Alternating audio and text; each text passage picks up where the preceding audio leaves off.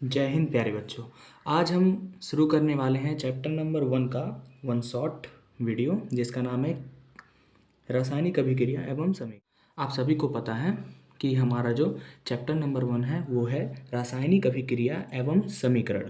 ठीक है, chemical reaction and equation chapter number 1 है। वेटेज बहुत ही अच्छा है, अच्छा मार्क्स आप गेन कर सकते हो इस चैप्टर में अगर पकड़ हो। और चैप्टर बहुत टफ नहीं है, केवल कॉन्सेप्ट बेस्ड चैप्टर है। आपको केवल कॉन्सेप्ट पे ध्यान देना है। ठीक है, जो इस चैप्टर में टॉपिक्स रहने वाले हैं वो क्या है, रासायनिक अभिक्रिया केमिकल रिएक्शन के बारे में पढ़ेंगे, रासायनिक समीकरण क्या होता है इसके बारे में पढ़ेंगे, रासायनिक अभिक्रिया के प्रकार कौन कौन से हैं इनको पढ़ेंगे। और भी टॉपिक्स हैं जिनको हम किनारे थोड़ा थोड़ा करके डिस्कस करते रहेंगे। आज एक वीडियो में आप पूरा रासायनिक अभिक्रिया एवं समीकरण एनसीईआरटी के आधार पर आप पा जाएंगे, जिससे एक भी प्रश्न बाहर नहीं आने वाला है। ठीक है, बाकी आपको प्रीवियस ईयर क्वेश्चन तो लगाना ही पड़ेगा, इसमें कोई भी शक नहीं है। ठीक है, अगर आप अच्छा मार्क्स गेन करना चाहते हैं। ठीक है, तो चलिए शुरू करते हैं। सबसे पहला हमारा टॉपिक है रासायनिक अभिक्रिया। सबसे पहला हमारा टॉपिक है रासायनिक अभिक्रिया केमिकल रिएक्शन। भैया केमिकल रिएक्शन क्या होता है? देखिए रिएक्शन, केमिकल रिएक्शन क्या होता है, जब कोई दो पदार्थ, जब कोई ऐसे दो पदार्थ आपस में मिल जाए, ठीक है, और उनसे एक नए पदार्थ का निर्माण हो, ठीक है, तो रासायनिक अभिक्रिया कहलाती है। ठीक है, जैसे कि हम सब जानते हैं क्या कह सकते हैं, जैसे आप ले लीजिए जल ले लीजिए और चाय पत्ती ले लीजिए, चीनी ले लीजिए, आप सभी को मिक्स कीजिए, गर्म कर दीजिए थोड़ा सा, एक हमारा नया पदार्थ मतलब चीनी, चीनी में चाय चाय बन के रेडी होता है। ठीक है ना, तो वह अभिक्रिया जिसमें दो या दो से अधिक पदार्थ आपस में क्रिया करके एक नए पदार्थ का निर्माण करते हैं, रासायनिक अभिक्रिया कहलाते हैं। आई होप कि आपको बहुत अच्छे से समझ में आया होगा। मतलब वह अभिक्रिया ठीक है, जिसमें दो या दो से अधिक पदार्थ, ठीक है, जब दो या दो से अधिक पदार्थ होंगे और आपस में वो क्रिया करेंगे, ठीक है, और एक नए पदार्थ का निर्माण करते हैं, ठीक है, रासायनिक अभिक्रिया कहलाता है। वही रासायनिक अभिक्रिया है। जैसे ले लीजिए आप मैग्नीशियम और ऑक्सीजन का जब क्रिया कराएंगे तो मैग्नीशियम ऑक्साइड बनता है। ठीक है, ये भी एक अभिक्रिया है। ठीक है, उसके बाद देखिए आगे है कि रासायनिक अभिक्रिया की पहचान। हम रासायनिक अभिक्रिया को पहचान कैसे सकते हैं, कैसे हम पहचानेंगे कि रासायनिक अभिक्रिया हुई है या नहीं हुई है। ठीक है, रासायनिक अभिक्रिया की पहचान हम जैसे देखिए कोई भी रासायनिक अभिक्रिया जब होता है तो उससे कुछ रिजल्ट हमें मिलता है। तो जो हमारे वैज्ञानिक थे उन्होंने बहुत बार रासायनिक अभिक्रियाओं को किया लैब में, उसके बाद उन्होंने कुछ कॉमन रिजल्ट है जो कुछ अभिक्रियाओं में पाया, इसी आधार पर अभिक्रियाओं को कुछ भागों में बांट दिया गया है। आइए उसके बारे में हम स्टडी करते हैं।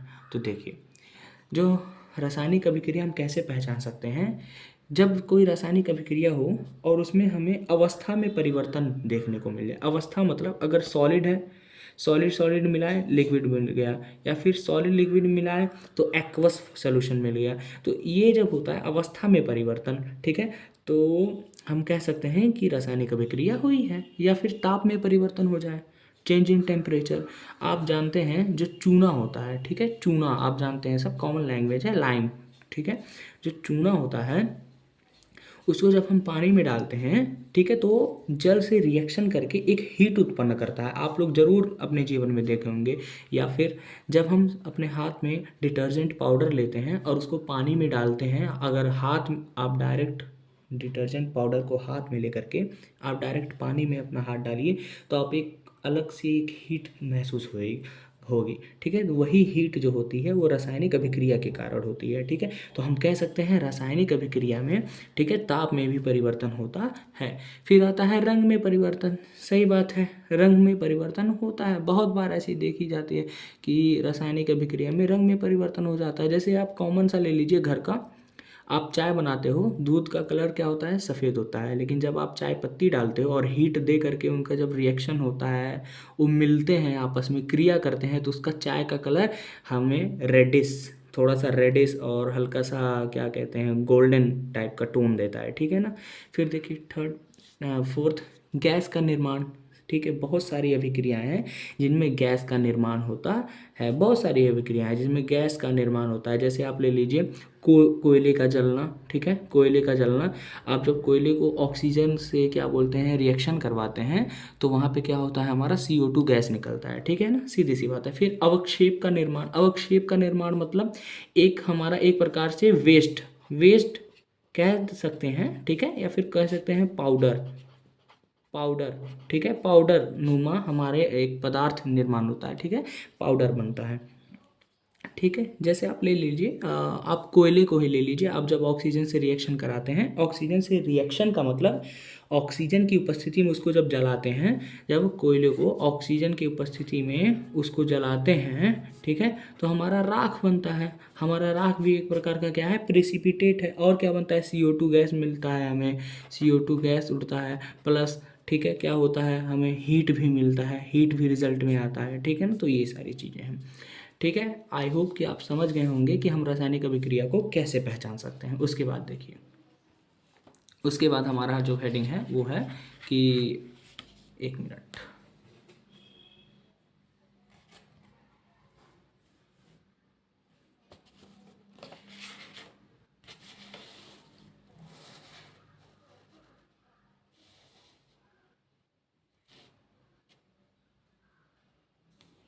ठीक है,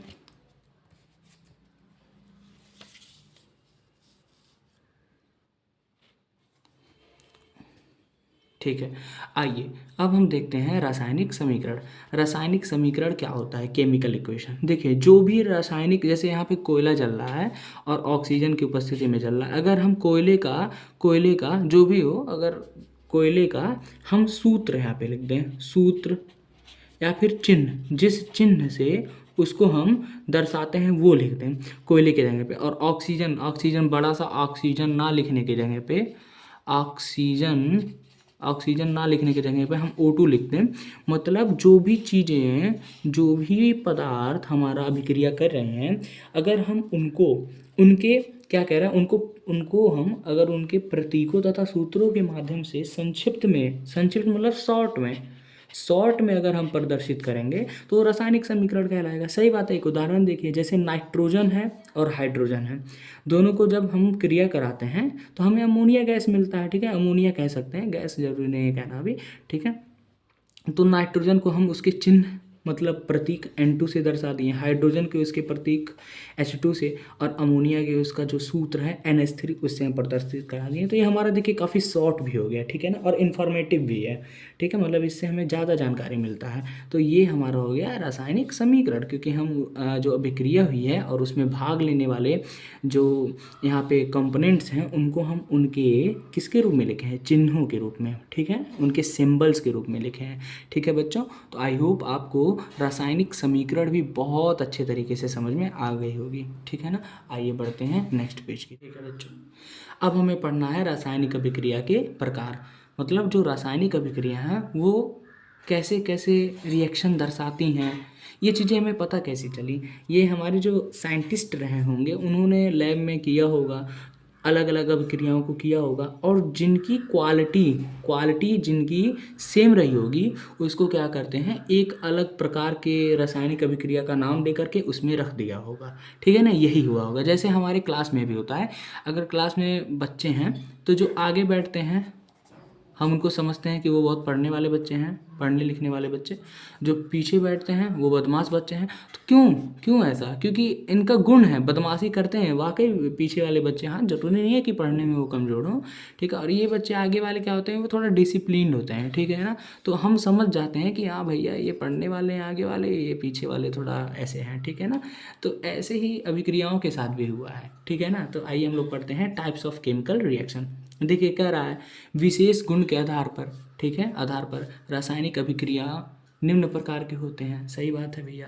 सबसे पहला जो हमें पढ़ना है वो है हमारा संयोजन अभिक्रिया। संयोजन अभिक्रिया नाम से पता चल रहा है कि वो जुड़ेगा जुड़ेगा भैया। कॉम्बिनेशन रिएक्शन, जिसको इंग्लिश थोड़ी समझ होगी, इंग्लिश की थोड़ी भी, तो जानता होगा कि कॉम्बिनेशन का मतलब होता है मिल जाना, ठीक है ना, मतलब कंबाइन हो जाना, ठीक है। आगे देखिए परिभाषा क्या है।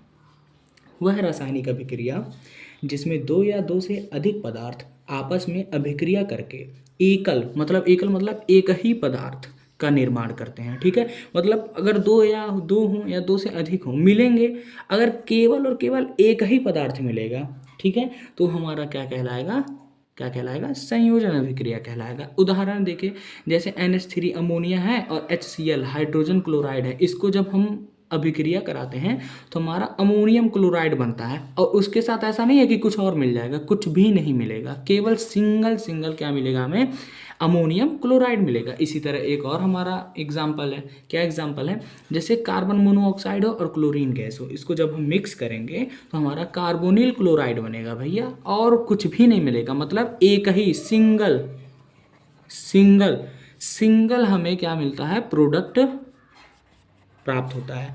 हमें पूरा विश्वास है आपको ये संयोजन अभिक्रिया समझ में आ गई होगी। एग्जाम में सर कैसा एग्जाम आता है, एग्जाम में परिभाषा पूछता है, हाँ पूछ सकता है, ठीक है। परिभाषा क्वेश्चन इस तरह से बनता है कि परिभाषा सहित, ठीक है, संयोजन अभिक्रिया को, परिभाषा एवं उदाहरण सहित संयोजन अभिक्रिया को अभिक्रिया के बारे में लिखिए। इस तरह से लैंग्वेज करके देता है, ठीक है, कि आप परिभाषा भी लिखिए और उदाहरण भी लिखिए। तो उदाहरण याद करना, एग्जाम्पल याद करना, ठीक है, मस्ट है बेटा। एग्जाम्पल आप ज़रूर याद करके जाइए, ठीक है। उसके बाद देखिए, उसके बाद हमारा है बेटा वियोजन अभिक्रिया, डीकम्पोजिशन रिएक्शन, ठीक है, डीकम्पोजिशन रिएक्शन। वियोजन नाम से ही पता चल रहा है कि टूटने की बात हो रही है। किसकी बात हो रही है, टूटने की बात हो रही है। कोई चीज़, कोई भी पदार्थ होंगे वो टूटेंगे, ठीक है। तो देखिए बेटा क्या होता है, वह रासायनिक अभिक्रिया जिसमें यौगिक बाहरी कारकों के द्वारा अपने अवयवी तत्वों में अपघटित हो जाते हैं, ठीक है। मतलब कोई रासायनिक अभिक्रिया होगा जिसमें कोई भी यौगिक होगा, जैसे मान लीजिए एक यौगिक है, बाहरी जो कारण है इसके वजह से क्या होगा, बेचारा टूट जाएगा भैया, भैया मैं तो अंदर से टूट गया, यही वाला सीन इसके साथ हो जाएगा, ठीक है बच्चों।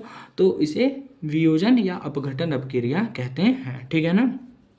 अब देखो, ये जो वियोजन अपघटन अभिक्रिया होती है भैया, वो प्रकाश, ऊष्मा तथा विद्युत जैसे बाहरी कारकों के प्रभाव द्वारा होती है, ठीक है। मतलब जो हमारा वियोजन अभिक्रिया है वो प्रकाश मतलब लाइट, ऊष्मा मतलब क्या, हीट, तथा विद्युत मतलब इलेक्ट्रिक, ठीक है। अब कितने लोग बोलते हैं भैया, बहुत सारे बच्चे हैं, विद्युत को लाइट बोलते हैं, भैया लाइट आ गया, नहीं भैया, लाइट मतलब प्रकाश होता है। जो इस पेपर पे पढ़ रहा है वो क्या है, प्रकाश है, ठीक है, लाइट नहीं। विद्युत को इलेक्ट्रिक बोलते हैं, ठीक है ना, इलेक्ट्रिसिटी है, इलेक्ट्रिक, ठीक है भैया। तो देखिए, जो हमारा अपघटन अभिक्रिया होता है, वियोजन अभिक्रिया होता है, वियोजन का ही नाम अपघटन अभिक्रिया भी है, ठीक है। वो अभिक्रिया प्रकाश, ऊष्मा और विद्युत जैसे बाहरी कारकों के प्रभाव द्वारा ही होता है, ठीक है ना। तो देखिए, इसी आधार पर वियोजन अभिक्रिया को तीन प्रकार में क्या कर दिए हैं, बांट दिए हैं। क्या, ऊष्मीय अपघटन मतलब थर्मल डिकम्पोजिशन, प्रकाशीय अपघटन, प्रकाश अपघटन लिखा है, गलत नहीं है, आप ये भी लिख सकते हो। मतलब प्रकाश अपघटन का मतलब होता है बेटा फोटोलाइसिस, विद्युत अपघटन मतलब इलेक्ट्रोलाइसिस, ठीक है। तो आइए एक एक करके हम लोग सबसे पहला पढ़ते हैं ऊष्मीय अपघटन। ऊष्मीय अपघटन क्या है, आई होप आपको सब समझ में आ रहा होगा और आपको विजिबिलिटी भी क्लियर होगी, हाँ ठीक है। जो चीज़ें आपको क्लियर नहीं होंगी या मुझे खुद लगेगा वो क्लियर नहीं है, मैं आपको स्क्रीन पे उसको प्ले कर दूंगा, ठीक है, हाई क्वालिटी इमेज। अब देखिए, ऊष्मीय अपघटन क्या होता है, सबसे पहला हमें पढ़ना है ऊष्मीय अपघटन मतलब थर्मल डिकम्पोजिशन। मतलब कह रहा है वह वियोजन अभिक्रिया जो ऊष्मा के प्रभाव द्वारा संपन्न होता है।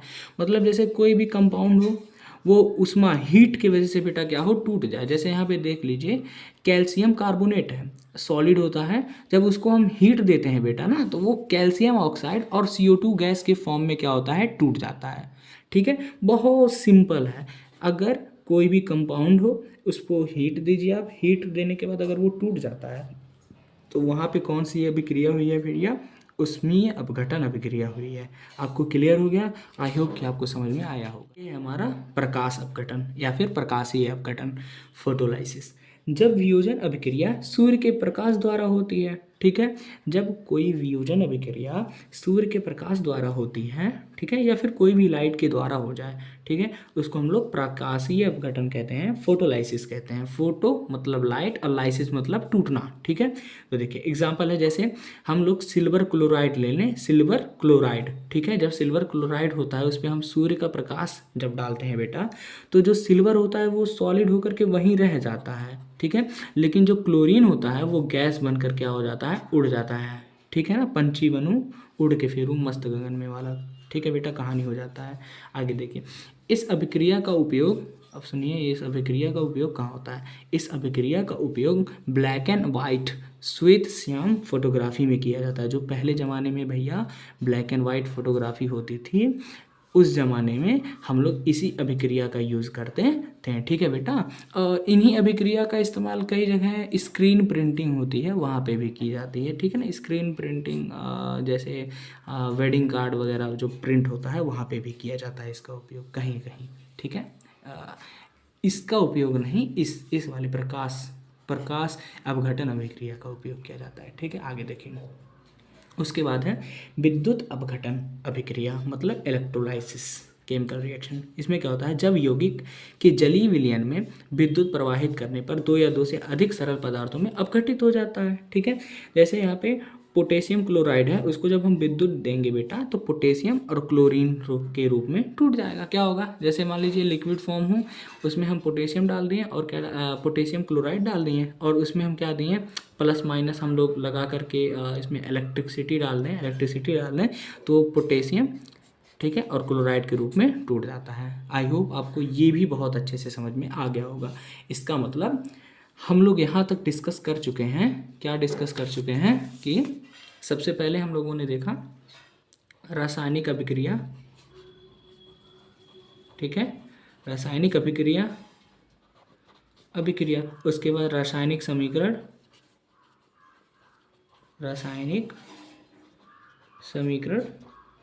ठीक है।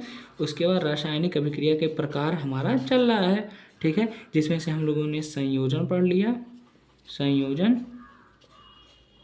फिर वियोजन हमारा हो गया है, ठीक है, वियोजन, ठीक है, वियोजन, ठीक है। अब हमें आगे पढ़ना है क्या, विस्थापन। जो हमारा तीसरा है वो है विस्थापन या प्रतिस्थापन अभिक्रिया। विस्थापन या प्रतिस्थापन अभिक्रियाएं क्या होती हैं, आइए समझते हैं। डिस्प्लेसमेंट और सब्स्टिट्यूशन रिएक्शन वह रासायनिक अभिक्रिया, ठीक है, जिसमें अधिक क्रियाशील तत्व कम क्रियाशील तत्व को विस्थापित कर स्वयं उसका स्थान ग्रहण कर लेता है। अब परिभाषा मैंने इतने इजी लैंग्वेज में परिभाषा को लिखा है कि आप केवल परिभाषा पढ़ करके आप समझ सकते हो कि कहना क्या चाहता है, ठीक है ना। देखिए क्या होता है, वह रासायनिक अभिक्रिया मतलब कोई भी रासायनिक अभिक्रिया हो जिसमें जो अधिक क्रियाशील धातु है, मतलब जो स्ट्रॉन्ग, जो बहुत तेज क्रिया करते हैं, ऐसे धातु कम जो क्रियाशील हैं, मतलब जो कम क्रिया करते हैं, उन तत्वों को हटा करके स्वयं उसका स्थान ग्रहण कर ले। बेटा ये सामाजिक बातें हैं। होता क्या है कि ये सच बात है, जो बहुत ताकतवर होता है वो कमज़ोर को क्या करता है, उसके स्थान से हटा करके स्वयं आगे चढ़ करके, ठीक है ना, काम करने की कोशिश करता है। तो ये सामाजिक बातें हैं, आप बहुत अच्छे से समझ रहे हैं, ठीक है ना। अब देखिए यह अभिक्रिया भी दो प्रकार की होती है, ठीक है। यह अभिक्रिया भी कितने प्रकार की होती है, दो प्रकार की होती है, ठीक है। एकल विस्थापन अभिक्रिया मतलब जिसमें केवल एक बार विस्थापन की क्रिया हो, ठीक है। जैसे देखिए आयरन कॉपर से अधिक क्रियाशील होने के कारण, मतलब जो आयरन हमारे भैया है, आयरन वो कॉपर से अधिक क्रियाशील है। मतलब जो हमारा आयरन है, मैं किनारे कहीं लिख दूँ, यहाँ लिख देता हूँ, ठीक है। जो आयरन है ना वो बहुत अधिक क्रियाशील है कॉपर से, ठीक है। कॉपर से बहुत अधिक क्रियाशील होने के कारण कॉपर को, ठीक है, अब कॉपर है और कॉपर को कॉपर सल्फेट के ही विलयन से क्या कर देता है बेटा, विस्थापित कर देता है। अभी आप नहीं समझ में आया सर कहना क्या चाहते हो, बेटा एग्जांपल देखो अभी पूरा क्लियर आपको हो जाएगा। देखिए जैसे ये है ना, ये देखिए यही अभिक्रिया लिखा है यहाँ पे, जैसे आयरन है और यहाँ पे कॉपर सल्फेट का बेटा विलयन है, एक्वस सोल्यूशन है।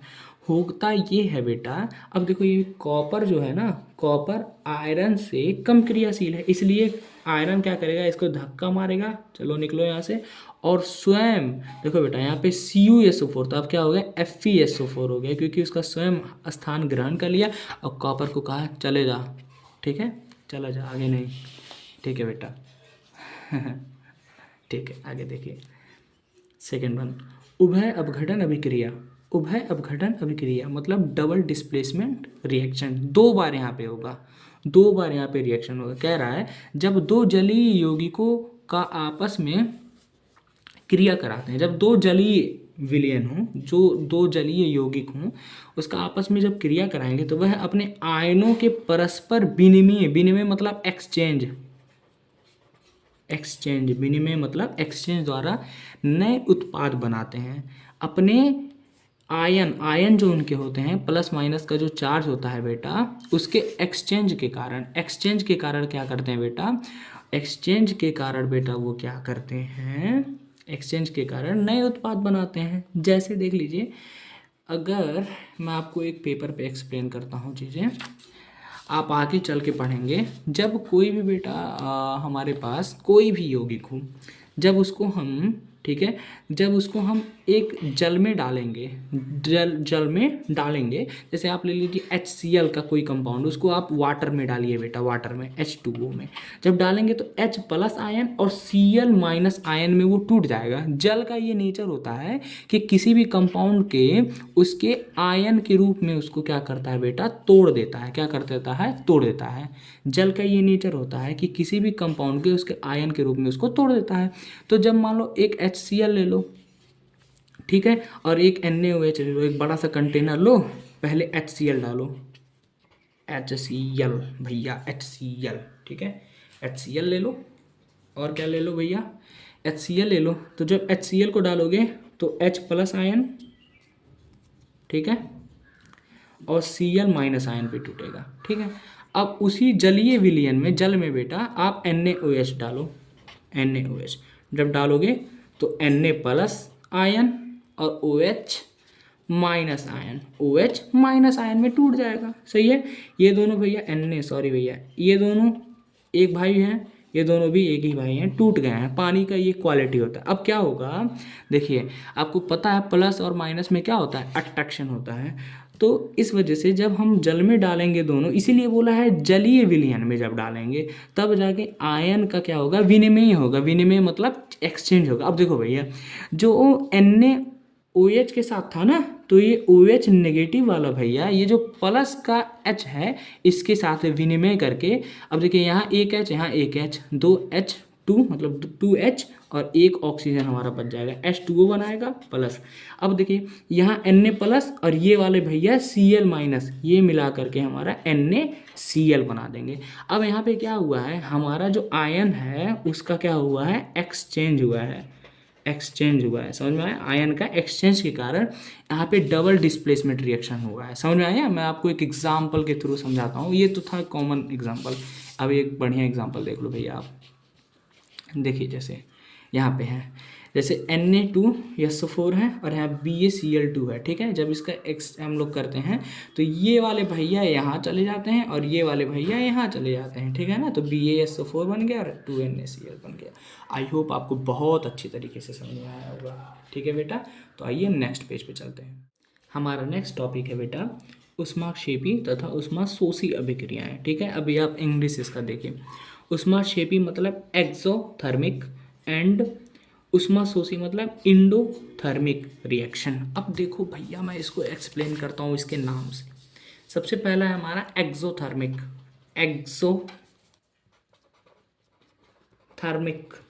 ठीक है, एक्सोथर्मिक है। अच्छा, एक्सो से आपको क्या समझ में आ रहा है, एग्जिट, एग्जिट मतलब निकल बाहर यहाँ से, ठीक है। और दूसरा है हमारा इंडोथर्मिक, इंडोथर्मिक, इंडो मतलब क्या भैया, इंड मतलब इन इन इन इन इन इन इन इन इन मतलब अंदर, अंदर अंदर, ठीक है। थर्मिक मतलब टेम्परेचर, हीट, हीट हीट, ठीक है। इसका मतलब भी हीट। मतलब एक्सोथर्मिक ऐसा अभिक्रिया होगा जिसमें हमारा हीट बाहर निकलेगा, इंडोथर्मिक एक ऐसा अभिक्रिया होगा जिसमें हीट हमारा क्या होगा, अंदर आएगा, इंडोथर्मिक, ठीक है ना। अंदर आ जाओ भैया, ठीक है ना। आइए देखते हैं ऊष्माक्षेपी अभिक्रिया मतलब एक्सोथर्मिक अभिक्रिया, ठीक है। वह रासायनिक अभिक्रिया जिसमें ऊष्मा निर्मुक्त होती है, मतलब निकलती है भैया, इसमें ऊष्मा क्या होती है, निकलती है, ठीक है। जैसे ग्रेफाइट, सी लिखे हैं, कार्बन, क्यों कार्बन लिखे हैं, क्योंकि ग्रेफाइट जो है वो कार्बन का ही एक भाई है, ठीक है ना, अपर रूप कहते हैं हम उसको, ठीक है। तो ग्रेफाइट है भैया, ग्रेफाइट को जब हम ऑक्सीजन से रिएक्शन कराते हैं, मतलब जलाते हैं, तो CO2 गैस मिलता है बेटा, और 94 किलो कैलोरी हमें बेटा क्या मिलती है, टेम्परेचर मिलती है, ठीक है ना, टेम्परेचर मिलती है। समझ में आया। तो ये हो गया हमारा ऊष्माक्षेपी, मतलब एक्सोथर्मिक, ऊष्मा बाहर निकलने वाला, एक्सो मतलब एग्जिट, बाहर निकलने वाला। उसके बाद देखिए ऊष्माशोषी, ऊष्माशोषी मतलब इंडोथर्मिक, इंडो मतलब आ जाओ अंदर, अंदर आ जाओ भैया, अंदर आ जाओ, ठीक है। तो ये चीज़ें हैं। वह रासायनिक अभिक्रिया जिसमें ऊष्मा का अवशोषण होता है, ठीक है ना, जैसे यहाँ पे लीजिए नाइट्रोजन और ऑक्सीजन का रिएक्शन कीजिए, ठीक है, तो हमारा NO बनता है प्लस, और क्या होता है भैया, और क्या मिलता है, माइनस का 45 किलो कैलोरी, ये क्या करता है, अपने आसपास की टेम्परेचर को अवशोषित कर लेता है। समझ में आया। ये रहा आपका ऊष्माशोषी अभिक्रिया, ये रहा आपका ऊष्माक्षेपी। अब देखिए भैया राक्षस आ गया। क्या राक्षस है, राक्षस नहीं, ये तो सर प्यारा सा दिख रहा है सर, रेड में आपने लिखा है, नहीं है रेड डेंजर, नहीं नहीं नहीं, डेंजर कभी नहीं, ठीक है। तो ठीक है, आइए अब देखते हैं हम लोग ऑक्सीकरण तथा अपचयन अभिक्रिया। बेटा मैंने इतनी आसान तरीके से इसको एक्सप्लेन करने की कोशिश, मैंने थोड़ा इस पर कोशिश किया था कि आसानी से हो जाए आपका, ठीक है। देखिए ऑक्सीकरण तथा अपचयन अभिक्रिया, ऑक्सीडेशन एंड रिडक्शन रिएक्शन। देखो ऑक्सीडेशन का मतलब क्या होता है, O2 का जुड़ना, जहाँ पे भी आपको O2 का जुड़ना मिल जाए आप जान लीजिए ऑक्सीडेशन हुआ है। इलेक्ट्रॉन का निकलना, इलेक्ट्रॉन, सुनिए ऑक्सीडेशन मतलब जहाँ O2 कोई अभिक्रिया हो उसमें O2 जुड़ता हुआ मिले तो ऑक्सीडेशन, और O2 निकलता हुआ तो रिडक्शन। इलेक्ट्रॉन अगर निकल रहा है तो ऑक्सीडेशन, इलेक्ट्रॉन जुड़ रहा है मतलब संयोग हो रहा है तो रिडक्शन। हाइड्रोजन का निकलना पाया जाए या फिर मतलब उसको पृथक अलग होना पाया जाए, या फिर तब वो ऑक्सीडेशन होता है, या हाइड्रोजन अगर जुड़ रहा है भैया तो वो रिडक्शन कहलाता है। समझ में आया। एक एक उदाहरण देखिए, आपको बहुत अच्छे से समझ में आ जाएगी ये चीज़ें क्या है। देखिए देखिए भैया, जैसे यहाँ पे ZnCuSO4 है, यहाँ पे क्या हो गया है भैया, हेलो हेलो हेलो, यहाँ पे ZnSO4 प्लस C हो गया। अब देखिए हुआ क्या है, देखिए Zn के पास क्या हुआ है भैया, ऑक्सीजन नहीं था, लेकिन जब ZnSO4 से रिएक्शन किया है तो SO4 ZnSO4 हुआ है, यहाँ पे ऑक्सीजन जुड़ा है। सर आप कहोगे सर ये तो डिस्प्लेसमेंट रिएक्शन है। डिस्प्लेसमेंट, हाँ भैया है, डिस्प्लेसमेंट भी है, और इन केस ये आपका क्या है, ऑक्सीडेशन रिएक्शन भी है। समझ में आ गया ना, ऑक्सीडेशन रिएक्शन भी समझ में आया। यहाँ पे जैसे ले लीजिए भैया, यहाँ पे माइनस है, जब Na में से भैया हमारा एक इलेक्ट्रॉन निकल जाए, माइनस मतलब निकल जाए, तो हमारा Na प्लस बन जाता है। इलेक्ट्रॉन का निकलना पाया गया ना, क्या बोला, इलेक्ट्रॉन का निकलना ऑक्सीडेशन। यहाँ पे ले लीजिए, जब Na प्लस हो, हमारे पास Na प्लस हो और उसमें एक इलेक्ट्रॉन जुड़ा है, तो यहाँ पे क्या हो जाएगा, हमारा सोडियम हो जाएगा। समझ में आया, केवल सोडियम हो जाएगा। अच्छा सर ये हमको नहीं समझ में आ रहा है, ये प्लस है माइनस आया, क्यों ऐसा हुआ, आप समझिए बहुत ही अच्छे तरीके से आप समझिए। जैसे मान लीजिए आपके पास एक बॉक्स है, ठीक, आपको पता है कि किसी भी बेटा ऑब्जेक्ट में जितने प्लस होंगे उतने ही क्या होंगे, माइनस होंगे। अगर हम इस बॉक्स से बेटा एक इलेक्ट्रॉन बाहर निकाल दें, अच्छा इलेक्ट्रॉन की क्वालिटी क्या होती है, नेगेटिव, नेगेटिव नेगेटिव होती है, मतलब हमारा माइनस वाला चिन्ह। अगर हम एक इलेक्ट्रॉन बाहर निकाल दें बेटा, -1 इलेक्ट्रॉन कर दें, तो यहाँ से एक इलेक्ट्रॉन निकल गया। अब देखिए हमारे पास ज़्यादा क्या हो गया, यहाँ पे केवल 2 माइनस रह गया, हमारे पास ज़्यादा क्या है, प्लस। इसीलिए जब किसी भी ऑब्जेक्ट से हम माइनस करते हैं इलेक्ट्रॉन, जैसे एक इलेक्ट्रॉन माइनस कर दिए, तो हमारा क्या बन जाएगा, Na प्लस, क्योंकि एक इलेक्ट्रॉन निकल गया। जैसे यहाँ से एक इलेक्ट्रॉन जब निकला है बेटा, तो यहाँ पे प्लस चिन्ह ज़्यादा हो गया ना, और ऑब्जेक्ट पे क्या आ गया है, प्लस चिन्ह, प्लस का साइन आ जाएगा, ठीक है। इसी तरह जैसे मान लीजिए Na प्लस है, Na प्लस है, उसमें हम जोड़ दें इलेक्ट्रॉन, इलेक्ट्रॉन को क्या कर दें, जोड़ दें, हमारा Na बन जाता है। क्यों ऐसा होता है, सुनिए, जैसे अगर कोई बॉक्स है, यहाँ पे क्या है, बॉक्स है, यहाँ पे ऑलरेडी 2 प्लस हैं और केवल एक माइनस है बेचारा, इसीलिए तो इस पर प्लस है, क्योंकि प्लस ज़्यादा है। अब हम इसमें क्या कर दें, इलेक्ट्रॉन डाल दें, मतलब एक माइनस डाल दें, तो बताओ बेटा ये नॉर्मल नहीं हो जाएगा, जीरो नहीं हो जाएगा, इसीलिए यहाँ पे ना ही प्लस है ना ही माइनस है। समझ में आया आपको? आई होप कि ये कॉन्सेप्ट आप समझ गए होंगे। देखिए वन शॉट है, मुझे टाइम बहुत कम मिल रहा है, अदरवाइज एक्सप्लेनेशन और भी हो सकता था अच्छी तरीके से, लेकिन मुझे पूरा विश्वास है कि आपको इतने में ही समझ में आ रही होगी। ठीक है बेटा, आई होप, घबराइए नहीं, आपने गलती किया है तो उसका तो करना पड़ेगा। आप बहुत इंजॉय कर सकते थे इस पढ़ाई को, लेकिन कोई ना, आप पूरे साल बदमाशी की हो, मौज मस्ती के चक्कर में भूल गए हो, सो क्या ही बताएं बेटा। बेटा अब आगे का जो टॉपिक है हमारा, वो हमारा मोस्ट इम्पॉर्टेंट टॉपिक है। मोस्ट इम्पॉर्टेंट टॉपिक बेटा, एग्ज़ाम में इसका बहुत ही बारंबारता देखी गई है पूछने की। ठीक है, हमारा रेडॉक्स अभिक्रिया क्या होती है, रिडॉक्स रिएक्शन। ठीक है, अपचयोपचय अभिक्रिया, भैया नाम थोड़ा डिस्टर्ब है। ठीक है, कोई ना जी भैया, रेडॉक्स अभिक्रिया करके इसका आता है। ठीक है, एग्जाम में रेडॉक्स अभिक्रिया ही पूछता है। ठीक है, बहुत इनकेस आपको अपचयोपचय अभिक्रिया पूछ ले, ठीक है ना। तो बेटा देखिए, रिडक्शन और ऑक्सीडेशन रिएक्शन से बनता है रेडॉक्स। क्या हो रहा है देखिए, रिडक्शन का बेटा, रिडक्शन मतलब जिसमें से O2 का निकलना पाया जाए उसका रेड ले लो, और ऑक्सीडेशन का बेटा ऑक्स ले लो, उससे हमारा बनता है रेडॉक्स अभिक्रिया। मतलब क्या होता है, वह अभिक्रिया जिसमें अपचयन तथा ऑक्सीकरण दोनों की घटना हो। समझ में आ गया ना, तो हमारा क्या कहलाता है, रेडॉक्स अभिक्रिया कहलाता है। जैसे यहाँ पे देखिए, यहाँ पे यह अभिक्रिया है CuO प्लस H2 बनाता है Cu प्लस H2। अब देखिए यहाँ पे बेटा H2 जो था भैया, H2 जो था ये खाली अकेला था बेटा, लेकिन यहाँ पे क्या हुआ, ऑक्सीजन जुड़ गया, मतलब इसके साथ ऑक्सीडेशन हुआ है। लेकिन यहाँ CuO है, ठीक है, CuO है। CuO बेटा जब इधर गया है तो केवल कॉपर अकेले ही रह गया है, ऑक्सीजन यहाँ से क्या हुआ है, निकल गया है। इसका मतलब यहाँ पे क्या हुआ है, रिडक्शन, और यहाँ पे क्या हुआ है, ऑक्सीडेशन बेटा। मतलब इस अभिक्रिया में ऑक्सीडेशन और रिडक्शन दोनों हुआ है। ठीक है ना, तो आप परिभाषा क्या लिखेंगे, वह अभिक्रिया जिसमें अपचयन मतलब ऑक्सीजन का निकलना तथा ऑक्सीकरण मतलब ऑक्सीजन का जुड़ना दोनों की घटना हो, वह अभिक्रिया रेडॉक्स अभिक्रिया कहती है। आप इस वाले भैया से काफ़ी अच्छे तरीके से समझ सकते हैं। आई होप कि आपको ये पूरा क्लियर हो गया होगा बेटा। ठीक है, मैं फ्लो में थोड़ा आपका स्लाइड में नहीं देख पा रहा हूँ। ठीक है, आई होप कि आपको बहुत अच्छे से समझ में आई होगी बेटा। ठीक है, तो आगे देखते हैं बेटा आज के लिए। हाँ ठीक है बेटा, थोड़ी सी ही टॉपिक रह गई है, उसके बाद आपका ये चैप्टर खत्म हो जाएगा। ठीक है बच्चों, अब जो हमारा टॉपिक है ये हमारा लास्ट चल रहा है। ठीक है, आक्सीकारक तथा अपचायक। भैया थोड़ा सा कन्फ्यूजन है भैया, थोड़ा ध्यान दीजिएगा भैया। ठीक है, देखो क्या कह रहा है, ऑक्सीकरण, ऑक्सीकारक क्या होता है, ऑक्सीकारक मतलब ऑक्सीडाइजिंग रिएजेंट या फिर एजेंट का काम क्या होता है, किसी भी काम को कराना ना।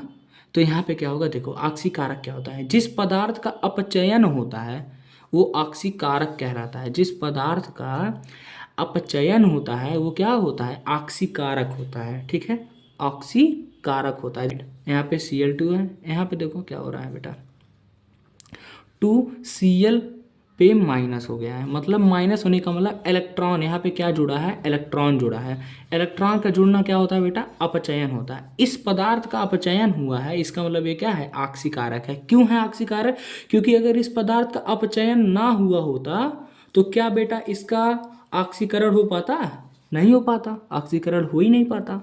अगर इसका अपचयन ना हुआ होता तो क्या इसका ऑक्सीकरण हो पाता, नहीं। इसी वजह से जिस पदार्थ का अपचयन होता है बेटा वो पदार्थ ऑक्सीकारक कहलाता है, मतलब रिड्यूसिंग एजेंट कहलाता है। समझ में आया, आई होप कि बहुत अच्छे से समझ में आया होगा। इसी के बेस पे हम इसको भी कह सकते हैं, क्या रहा है, जिस पदार्थ का ऑक्सीकरण होता है, मतलब जिस पदार्थ का ऑक्सीकरण होता है, ऑक्सीकरण जिसका होता है वो अपचायक कहलाता है, अपचायक कहलाता है। सॉरी बेटा, यहाँ पे इसको हम लोग ऑक्सीकारक को ऑक्सीडाइजिंग रिएजेंट कहते हैं। ठीक है ना, मैंने गलती से रिड्यूसिंग एजेंट बोल दिया है। ठीक है बेटा, आगे देखिए, जैसे यहाँ पे हमारा एग्जाम्पल है एक बेटा, यहाँ पे आई पे क्या है, निगेटिव है। ठीक है, यहाँ से जब इलेक्ट्रॉन निकला है तभी तो केवल आई आया है। हाँ बेटा, जब इलेक्ट्रॉन यहाँ से निकला है, मतलब निकलना का क्या मतलब होता है, ऑक्सीकरण, अर्थात ऑक्सीकरण है। इसका मतलब यहाँ पे ऑक्सीकरण हुआ है, क्या हुआ है बेटा, यहाँ पे क्या हुआ है, ऑक्सीकरण। अगर ऑक्सीकरण है तो ये क्या है बेटा, ये अपचायक, क्योंकि अगर इसका ऑक्सीकरण ना हुआ होता तो इसका अपचयन ना हुआ होता। समझ में आया? अगर इसका ऑक्सीकरण नहीं हुआ होता तो क्या इसका अपचयन हो पाता, नहीं हो पाता। इस वजह से इसको क्या कहते हैं, अपचायक कहते हैं, रिड्यूसिंग रिएजेंट। बेटा मुझे पूरा विश्वास है समझ में आया होगा। अगर अगर आपको नहीं समझ में आया बेटा, एक बार देख लेना, क्योंकि ये थोड़ा सा कंफ्यूजिंग टर्म है, थोड़ा सा कंफ्यूजिंग टर्म है, ठीक है। लेकिन मैं पूरा कोशिश किया हूँ कि आपको समझा दूँ। फिर एक बार देख लो आप, क्या होता है, यहाँ से इलेक्ट्रॉन निकला है, मतलब यहाँ पे अपचयन हुआ था। अगर अपचयन यहाँ पे हुआ था, अगर अपचयन हुआ है बेटा, तभी तो यहाँ पे ऑक्सीडेशन हुआ है। अगर अपचयन यहाँ ना होता तो क्या यहाँ पे ऑक्सीडेशन हो पाता, नहीं हो पाता, ठीक है। इसी वजह से इसको हम लोग आक्सीकारक कहते हैं, इसको जिसका अपचयन हुआ है, ठीक है बेटा। अब करण अभिक्रिया जो हैं उसके दैनिक जीवन में प्रभाव क्या होते हैं, देखिए। संक्षारण, संक्षारण मतलब जो ऑक्सीकरण की वजह से बेटा क्या होता है, संक्षारण होता है। संक्षारण मतलब किसी भी चीज़ का नष्ट होना, ठीक है, जंग लगना, ठीक है। देखिए क्या कह रहा है, नमी प्लस वायु की क्रिया द्वारा धातुओं का नष्ट होना, ठीक है, ये संक्षारण का एग्जाम्पल है। अब बेटा संक्षारण थोड़ा बड़ा है, 8-10 लाइन का है बेटा, तो उसको आप क्या कीजिए, अपने बुक से निकाल करके एक बार पढ़ लीजिए। मैं आपको एक्सप्लेन केवल कर रहा हूँ, वन शॉट है, सब चीज़ें नहीं हो सकती हैं बेटा। संक्षारण मतलब जब नमी और वायु की क्रिया द्वारा धातुएं नष्ट होती हैं, जैसे आयरन, लोहे पे जंग लगना, हमारे सोने व चांदियों के बर्तन पे कालिक मतलब काले रंग का परत जम जाना, जो तांबे की लोटी होती है जिस पे आपकी दादी माँ आपकी क्या करती हैं, भगवान सूर्यदेव को जल अर्पित करती हैं, उसका हरा हरा एक पदार्थ जम जाना उस पर, आप देखिएगा कभी जा कर के अपने घर के मंदिर में, ठीक है। उसके बाद देखिए विकृत गंधिता, ठीक है। रेंसिडिटी, ये क्या होता है, खाद्य पदार्थ का खराब होना रेंसिडिटी कहलाता है, ठीक है ना। जब हम खाद्य पदार्थ जैसे कि गर्मी में खुले हम छोड़ देते हैं तो ऑक्सीजन से रिएक्शन करके बेटा खाना खराब हो जाता है। समझ में आया, ये होता है हमारा, ठीक है। अच्छा बेटा कुछ टॉपिक हैं जो आपसे डिस्कस करना है मुझे, वो इम्पॉर्टेंट है आपके पॉइंट ऑफ एग्जाम से। मैं इसका एक अलग वीडियो डालूंगा इंपॉर्टेंट टॉपिक का बेटा, इसी चैप्टर का, हो सकता है आज ही आपको शाम तक वो भी मिल जाए, ठीक है बेटा। जैसे ये देखिए, ये आपको एक रिएक्शन दिखाई दे रहा होगा, ये एक संतुलित रासायनिक अभिक्रिया है, संतुलित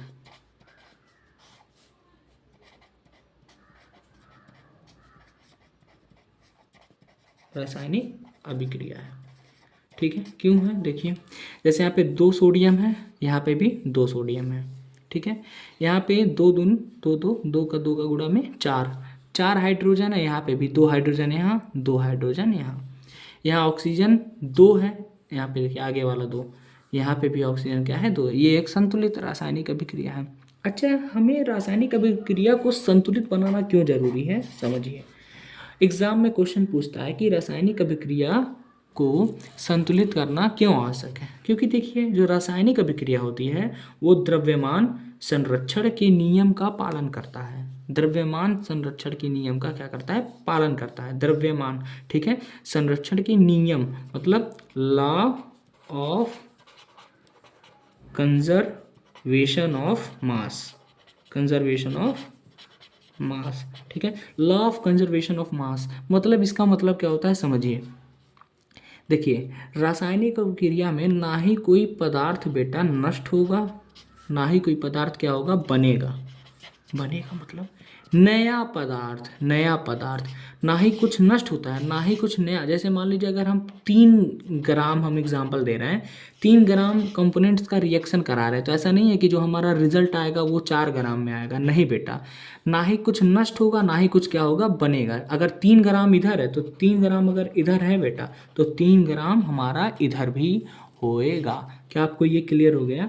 तो यही कारण है द्रव्यमान संरक्षण के नियम से रासायनिक अभिक्रिया मतलब समीकरण को संतुलित होना आवश्यक होता है। रासायनिक अभिक्रिया को संतुलित हमें करना बहुत ही जरूरी होता है। समझ में आया क्यों? क्योंकि द्रव्यमान संरक्षण के नियम से, क्योंकि द्रव्यमान संरक्षण नियम में बेटा ना ही कोई पदार्थ बनता है और ना ही कोई पदार्थ बेटा नष्ट होता है, ठीक है ना। आई होप कि आपको ये वीडियो बहुत अच्छे से समझ में आई होगी, बहुत ही अच्छे से समझ में आई होगी, ठीक है बेटा, ठीक है। लास्ट में मैं बस बेटा यही कहूँगा कि आप सब हमारे यूट्यूब चैनल पे बने रहें, ठीक है। और हमारा साथ देते रहें, जिससे हम आपको बहुत ही अच्छे अच्छे कंटेंट्स, एग्ज़ाम तक तो हम आपको आपका साइंस, ठीक है, हम और कोशिश करेंगे अदर सब्जेक्ट को कवर करने का। साइंस तो हम आपका 100% बेटा पूरा कर देंगे, आपको NCERT, ठीक है, RT लेवल की, ठीक है ना। तो लास्ट में बस इतना ही कहना है, आप सब जानते हैं क्या। जय हिंद, ठीक है। और थैंक यू मेरे प्यारे बच्चों, ठीक है। सी यू सून, ठीक है। नेक्स्ट वीडियो में हम आपसे मिलेंगे। धन्यवाद।